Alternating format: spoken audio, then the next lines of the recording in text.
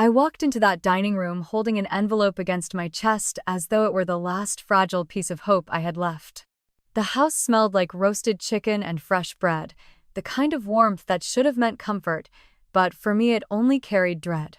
My family was gathered around the long polished table, their voices rising in laughter that seemed to fade the second I stepped through the door. It had always been that way, as though my presence dimmed the room, reminding everyone that I was not the one they came to celebrate. My sister sat near the head of the table in a shimmering gown that glittered like a chandelier, her wrist heavy with diamonds that caught the light. She smiled at me the way one smiles at a stranger they do not intend to welcome. My parents' eyes followed me too, and though I wanted to imagine softness in them, all I found was steel. I told myself this was the moment things could change. I had pressed that invitation with my own hands, folding it carefully, sealing it as though sealing my own dreams. I had convinced myself that if I gave it to them in person, if they saw the sincerity trembling in my voice, maybe they would find a way to accept me. So I placed it on the table, right in front of them. "I want to invite you to my wedding," I said, and the word wedding broke in my throat like glass. For a heartbeat, the world stilled. I thought I saw my father's hands soften, reaching for the envelope as though he might hold it with care. Instead, he ripped it straight down the middle. Then again. And again. Until the pieces fluttered across the wood like fallen leaves. The gasp that filled the room was not for me. No one rose to defend me. My mother leaned back in her chair, her eyes cold, her lips twisting into disdain. "A disgrace," she said, her voice sharp enough to slice the last threads holding me upright. My sister smirked into her wine glass, enjoying the cruelty as though it were entertainment. The diamonds on her wrists sparkled with every sip, catching the light and reminding me of every single time she had been lifted up while I was pushed aside. My chest burned, humiliation rising until I could hardly breathe. I tried to speak, tried to tell them that love was not something to mock, but my voice refused to obey. My father shoved his plate away as though the conversation was already over. My mother waved me off like an unwanted guest, and the rest of them returned to their chatter as though I had never been there. I gathered the shredded remains of the invitation, my hands trembling, each scrap cutting into me like a reminder that I would never be enough for them. Memories attacked me as I walked to the door. My 8th birthday, when I was scolded for not smiling as beautifully as my sister. My graduation, when my parents left halfway through my speech because Allison had a dance recital. Every Christmas, every holiday, every milestone that should have been mine stolen by the glow of the golden child. I paused in the doorway, praying that someone would call after me, that one voice would say my name. But all I heard was the clinking of glasses, laughter resuming as though I were a ghost passing through. Outside, the night air hit me cold against the hot sting of tears. I clutched the scraps of paper to my chest, not just scraps of an invitation, but scraps of every bit of love I had ever begged for. For one moment, I wondered if they were right, if I truly was the disgrace they believed me to be.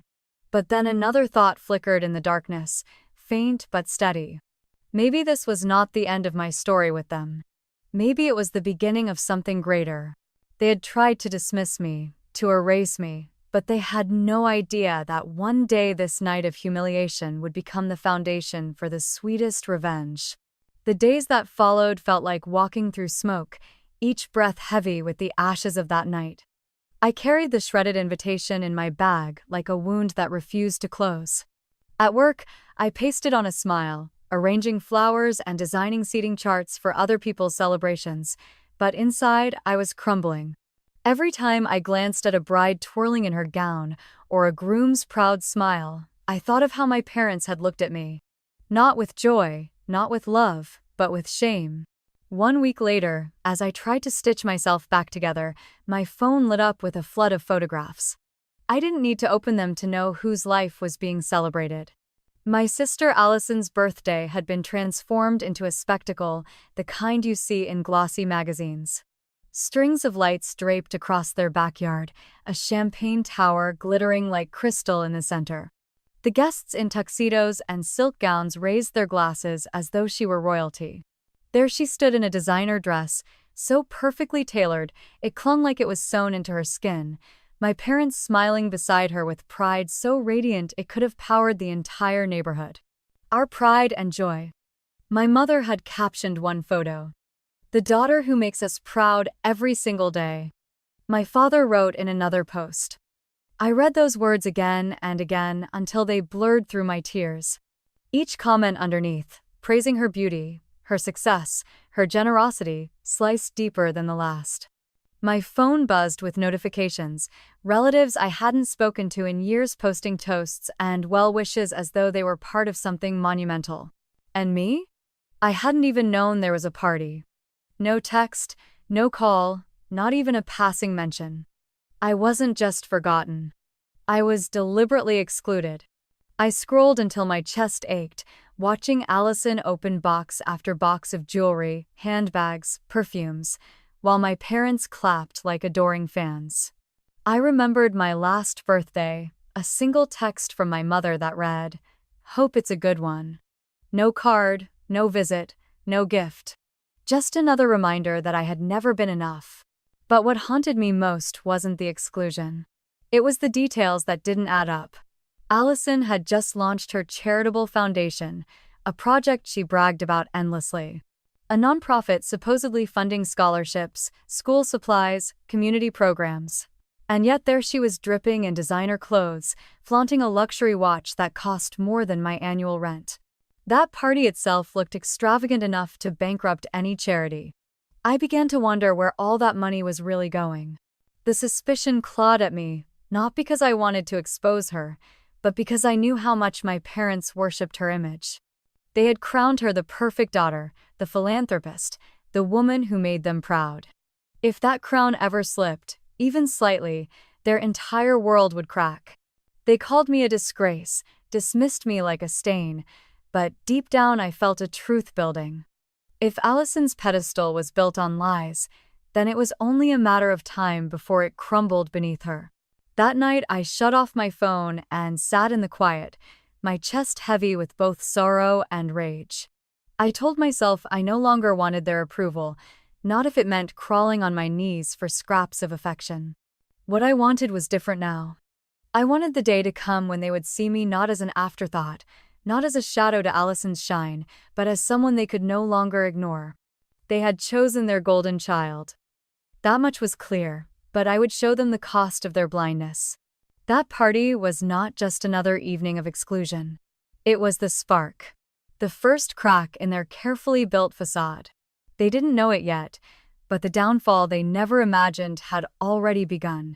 When the next family gathering was announced, I considered ignoring it altogether. The thought of stepping back into that house made my stomach twist, but something inside me insisted I had to go. Maybe it was pride, maybe stubbornness, or maybe the lingering hope that I could stand in that space and claim my right to exist, even if only by blood. So I went, this time with Daniel at my side. His hand rested in mine, warm, steady, grounding me as we walked through the doorway. The room shifted the moment we entered. Conversations dipped, then stopped, as if the walls themselves were holding their breath. My father cleared his throat, eyes narrowing at Daniel like he was an uninvited guest rather than the man I loved. He didn't bother easing into his performance. "I suppose you've all heard by now," he said, his voice dripping with sarcasm. "Rebecca insists on marrying this man. A man with no future, no ambition. A freeloader." A ripple of laughter moved across the table, cruel and deliberate. My mother leaned forward, her words like poison wrapped in silk. "It's pathetic, really. She's clinging to someone who contributes nothing. He's drowning in debt, can't keep a job, and she thinks he'll provide for her. An embarrassment." My throat tightened as I looked at Daniel, terrified of what this would do to him. But he sat tall, his jaw firm, his eyes steady and calm. He didn't flinch, didn't defend himself, didn't take the bait. That silence, his refusal to play their game, unsettled them more than any protest could have. My uncle chuckled, muttering just loud enough to be heard. "Guess she couldn't do better." Laughter followed again, bouncing around the table until it felt like it was circling my neck. I wanted to scream. To tell them they didn't know him, didn't know us, didn't know what real love looked like, but the words tangled in my throat. All I could do was press Daniel's hand under the table, and he answered with the smallest nod, his way of saying, "I'm here." We don't need to prove ourselves to them. In that moment, I thought of my grandfather, my mother's father, who had been the only one to truly see me when I was a child. I remembered scraped knees on his porch, his rough hands holding mine as he told me I was stronger than I knew, that one day the world would see it. That I deserved love that lifted me instead of tearing me down. His voice echoed inside me now, steadying me against the storm of insults. But the storm didn't stay confined to that table. Within days, whispers began to spread. At the grocery store, neighbors glanced at me with pity. A woman from church approached with a too-sweet smile, saying she'd heard Daniel was struggling to hold a job. Social media filled with veiled jabs about the importance of marrying wisely. Every corner of my world seemed tainted by their lies. Daniel never fought the rumors, never demanded I defend him. He only held me when the weight became too much, whispering that sometimes silence was the sharpest shield. "Let them underestimate us," he said one night, brushing tears from my cheek. "One day, the truth will speak for itself." His quiet strength was my anchor.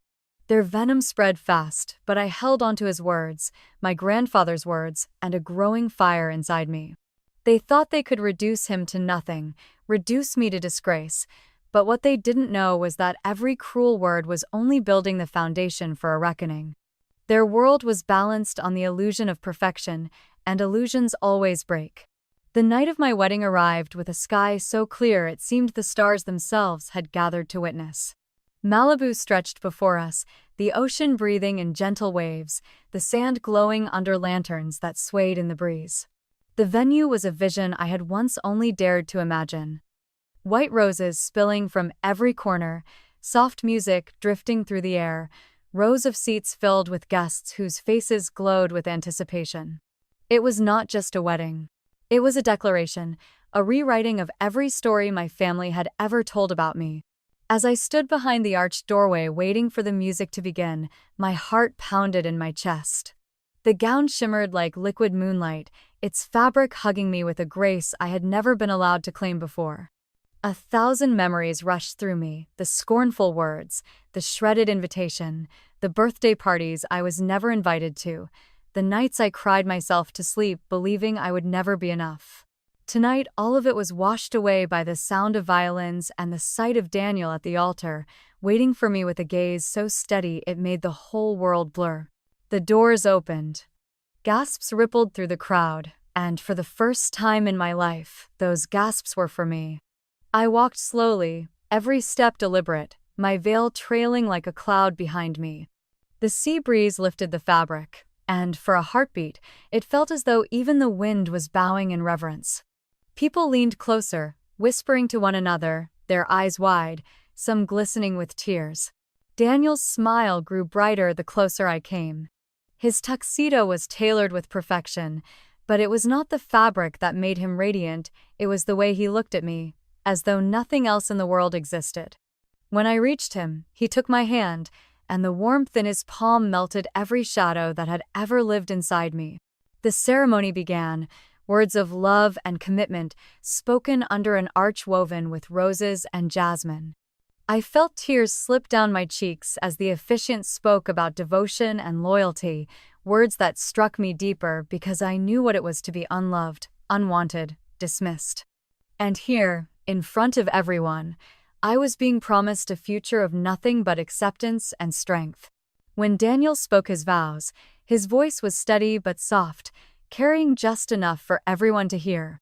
He spoke of the way I had changed his life, how I had given him courage, how love had become his anchor. My chest ached with every word, my hands trembling in his. When it was my turn, I told him that he had taught me what real family meant, that he had given me the home I had been denied for so long. I told him that with him, I was whole. The kiss that followed was more than tradition. It was a seal, a promise, a firework exploding in the hearts of everyone who watched. The crowd erupted into applause, music swelled, and for once the center of attention was not my sister, not my parents, but me. I walked back down that aisle with Daniel at my side, laughter breaking free from my lips, the sound of joy I had not heard in my own voice for years. What my family had tried to destroy had only been reborn stronger, brighter. That night was not just about love. It was about reclaiming every piece of me they had stolen. And as the celebration unfolded dancing under the stars, champagne sparkling like liquid gold, friends cheering with unshakable joy, I knew this was only the beginning. This celebration carried on deep into the night, but there was one moment that would change everything forever. Just as the music softened and the guests settled back into their seats with champagne glasses in hand, Daniel stepped forward. His hand was still linked with mine, his eyes gleaming with a quiet certainty that made my pulse race. He raised the microphone, and the crowd hushed, their curiosity pulling them into silence. "I want to thank you all for being here," he began, his voice smooth but carrying an undeniable weight. "This is not only the most important day of my life, but also the moment I've waited for to share something with the people who matter most." He glanced at me, squeezing my fingers. "For too long, people have whispered about who I am, about what I can or cannot offer. Tonight, I want the truth to be known." The air seemed to thicken. Guests leaned forward, expecting perhaps a sentimental story, a tearful confession. My parents sat in the second row, stiff, my mother's lips curled in skepticism, my father's jaw tight as though bracing for another reason to mock. Allison twisted her necklace, pretending to be disinterested, but her eyes betrayed her. Daniel's next words shattered every assumption. "I am the founder and chief executive of Collins International Holdings." A ripple of shock ran through the crowd. The company has spent the last decade investing in renewable energy and medical research. We've expanded across 3 continents, and we've built something that is now valued at more than $2 billion. Every step of the way, Rebecca has been by my side, giving me the courage to move forward. Gasps broke out, a wave of astonishment rolling across the guests. Some clapped instinctively, others exchanged looks of disbelief. My father's hand froze mid-clap, confusion twisting his features. My mother's glass slipped, the champagne spilling down her gown, but she didn't even notice. Allison's smirk collapsed, her mouth opening and closing like a fish grasping for air. Daniel wasn't finished. "The world saw me as a mystery. Some called me reckless, some called me naive. But what they didn't know is that I was building quietly, building with purpose. And I stand here tonight, not only as a husband, but as a man who has built an empire with the woman I love as my greatest inspiration. Without her, none of this would have mattered." Applause thundered through the hall, the kind that shakes the air and leaves the skin tingling. I stood beside him in shock, my heart racing, tears flooding my eyes. In that moment, every cruel word, every mocking laugh, every lie my family had spread disintegrated into dust. I glanced at my parents and saw the devastation etched into their faces. The pride they had reserved for Allison had no place to land now. Their carefully constructed story that I was a failure, that Daniel was worthless, was unraveling before their very eyes. And Allison, who had always held the crown of perfection, now sat dethroned in a single revelation. I wanted to look away, but I didn't. I wanted them to feel every ounce of regret, every flicker of realization that they had cast me aside for nothing. This was the moment I had dreamed of without even knowing it, the moment where the balance shifted and they were forced to see me. Not as the disgrace they had painted, but as the daughter who had risen above them.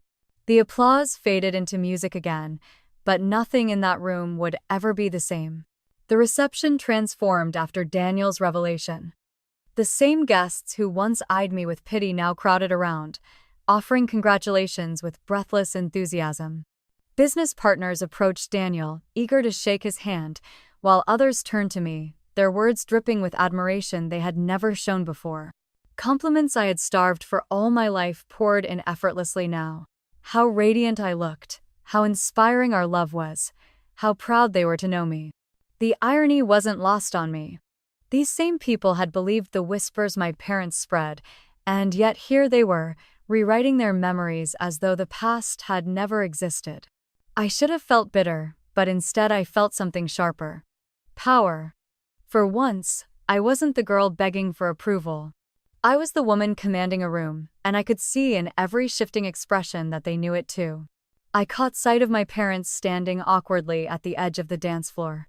My father's shoulders slumped as though someone had carved the spine out of him, while my mother's painted smile cracked with every second she had to endure being invisible. They weren't the hosts of the evening, not the admired figures they had always demanded to be. They were guests.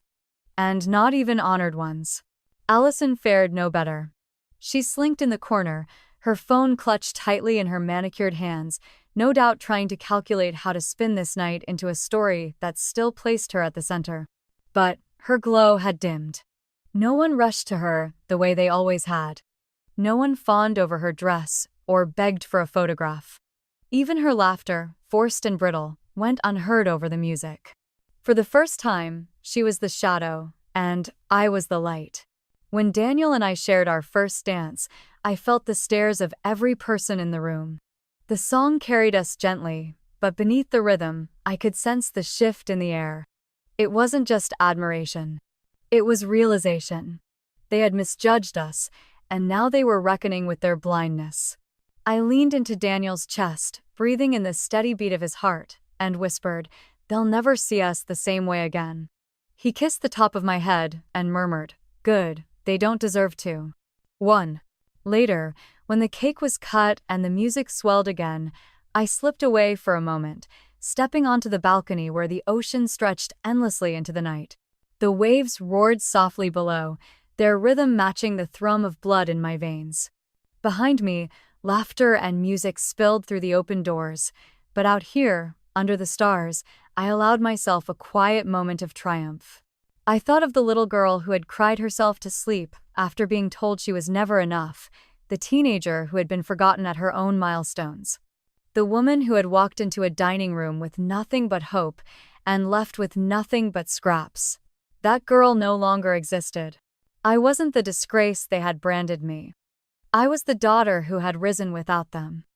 The woman who had built a future they could neither control nor destroy. And as the sea breeze lifted my veil, I whispered into the night, not with bitterness, but with certainty, this is only the beginning. The weeks after the wedding felt like living in a dream, but not the kind that slips away when the morning comes. It was a dream with roots, one that grew stronger every day as Daniel and I built our new life together. Our home overlooked the ocean, sunlight pouring through wide glass windows that made the rooms feel endless. In the mornings, I would wake to the sound of waves crashing, and for the first time in my life, I felt like the universe itself was telling me I belonged. But the peace didn't last long. Whispers about Allison's foundation began swirling, louder now, carried not just in hushed conversations, but in headlines. Reporters had begun to dig, questions rising about where the money had gone.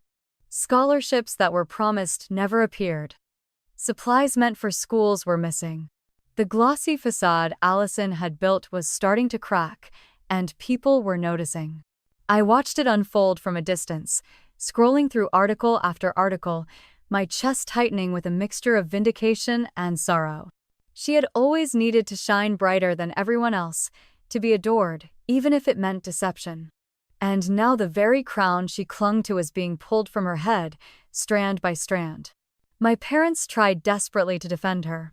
They issued statements, insisting the accusations were misunderstandings, that Allison was the victim of jealousy. But the evidence grew, undeniable and damning. Photos of her parties, her designer wardrobe, her luxury getaways, none of it matched the image of a devoted philanthropist. The world that had once cheered for her was turning its back, the same way my family had turned theirs on me. One evening, as Daniel and I sat on the balcony watching the horizon swallow the sun, my phone buzzed with a call from my mother. I hesitated, my heart torn between the ache of old wounds and the curiosity of what she could possibly say. I answered, and her voice, once so sharp, now trembled with desperation. "Rebecca," she said, the syllables breaking as though they were foreign to her tongue. "We need you. Your sister." Everything is falling apart. People are saying terrible things. Please, help us." For a long moment, I said nothing, staring at the ocean as its waves crashed with relentless certainty. All my life, I had begged for her recognition, her affection, her pride. And now here she was, reaching out to me for salvation. "I spent years trying to earn your love," I finally said, my voice steady. "And you gave me nothing. You called me a disgrace, you laughed at me. You tore me apart piece by piece while you crowned Allison your pride and joy. You didn't want me then. Why should I give you anything now?" Her silence on the other end was heavy, broken only by the faint sound of her sobbing. I didn't hang up. I let her sit in the truth she had created, let her taste the emptiness she had once forced upon me. When I ended the call, I felt no guilt, only clarity. My family's empire of favoritism and lies was collapsing, and I no longer carried the burden of saving it. I had my own empire now, one built on love, resilience, and truth. And this time, no one could take it from me.